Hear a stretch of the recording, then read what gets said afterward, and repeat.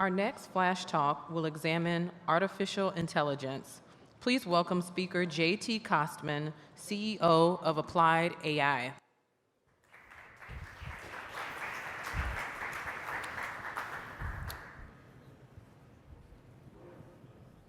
So let's do a bit of teleportation and time travel to begin our conversation today. Let's imagine we're not here in the wonderful city of Chicago, we're in the much more wonderful city of New York. But there's a catch. We're in New York and it is September 4th, 1882. Now remember, this is a time when buildings are heated by coal and lit by lanterns, and the primary mode of transportation is fueled by hay, and don't get me started on the exhaust.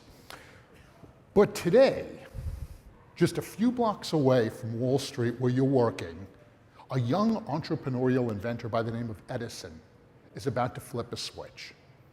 And when he does, he lights up 1 square mile of lower Manhattan and he ushers in the electrical age. Imagine what it must have been like, not to be in that magical mile, but to be outside of it, in the dark, and looking in toward the light. That's where we find ourselves again today. That's where countries, companies, and communities are finding themselves at the dawn of what is becoming the AI revolution.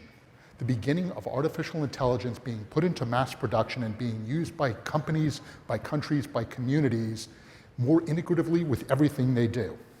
The inherent complexity of contending with interdependencies, highly connected and diverse communities, systems, transcends human basic abilities. They're things that we can't wrangle with and contend with on our own. Our minds just don't have that capacity.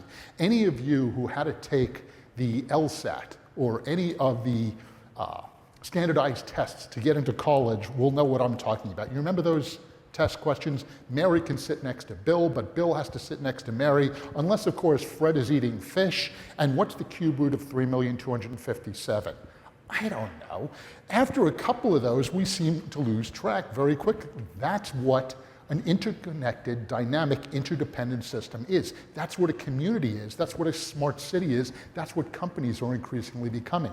And to contend with this, we find that AI, artificial intelligence, is what is making smart cities, smart companies, smart communities, smart.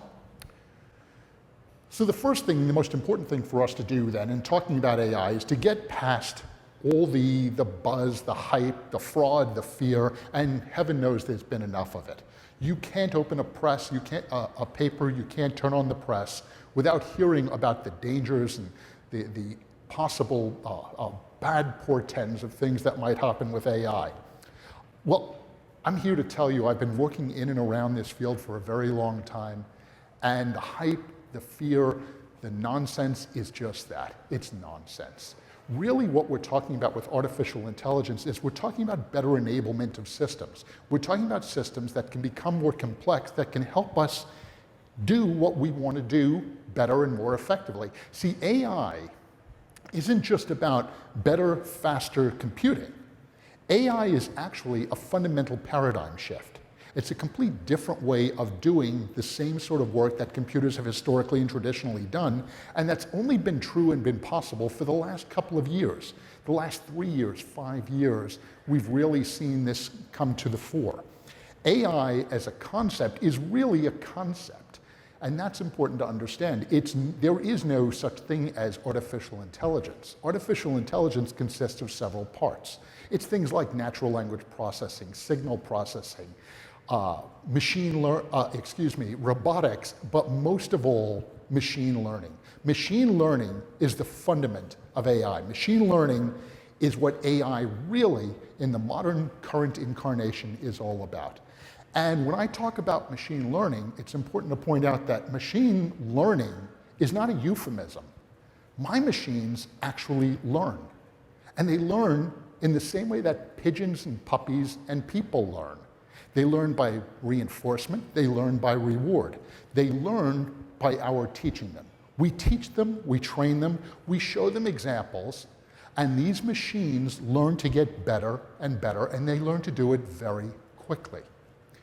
Machine learning differs from traditional computing I guess the best example would be any of you who have children that have been in or past the teen years. Remember what it was like to try to get your teenager to clean their room, right? You tell the teenager, if they were anything like mine, who thank goodness are in their 30s now and have children of their own that I can laugh about. When they were teens and you would tell them to clean your room, you'd say, clean up your room. Yes, that means putting the laundry in the hamper. No, you have to pick up both socks. No, you have to open the hamper. On and on and on, high degree of specificity, exactly what you want them to do. If that's traditional computing, then machine learning is like the best employee you ever had. Machine learning is when you tell that employee, I want something done, and I have no idea how to do it, and they figure it out for themselves. That's what machine learning does. Machine learning, we give it examples. We tell it not how to do things, but what we want done. The way machine learning works, it's all based on one simple and brilliant idea. I'm going to try to do this without slides, without graphics. We'll do it in the air, and I'll do it with you. Traditional computing is all predicated on taking data, a bunch of data, and you have rules. So you have data, and you have rules. You put them into the machine. Data and rules, you put it into the machine, and it gives you answers. Data, rules, answers. Data and rules give you answers. With machine learning, all we do is switch these two things. Data and answers gives us the rules. Now, we don't call it data and answers, we call it data and examples. We give it examples of what we want, a bunch of data, examples of what we want as the outcome, and it extracts and derives and comes up with the answers all by itself. It comes up with solutions to things we didn't even know how to do necessarily. That's how we make cars able to drive. That's how we're able to recognize pictures of cats. That's how we're able to win at the games of chess and Go. That's how we teach the computers. We simply show it what winning looks like or what it looks like to be successful, and we reward the machine as it gets closer and closer to those eventualities. This simple difference is what makes artificial intelligence, machine learning, IoT analytics, and evolutionary algorithms all possible. It's what enables AI to power and electrify, if you will, countries, companies, and communities. AI isn't a threat. It's not something to be feared. It is probably the most powerful tool we've ever seen yet for enabling our modern societies in all their complexity, in all their dynamicity, in all their diversity. That's all I have for you. Thank you very much.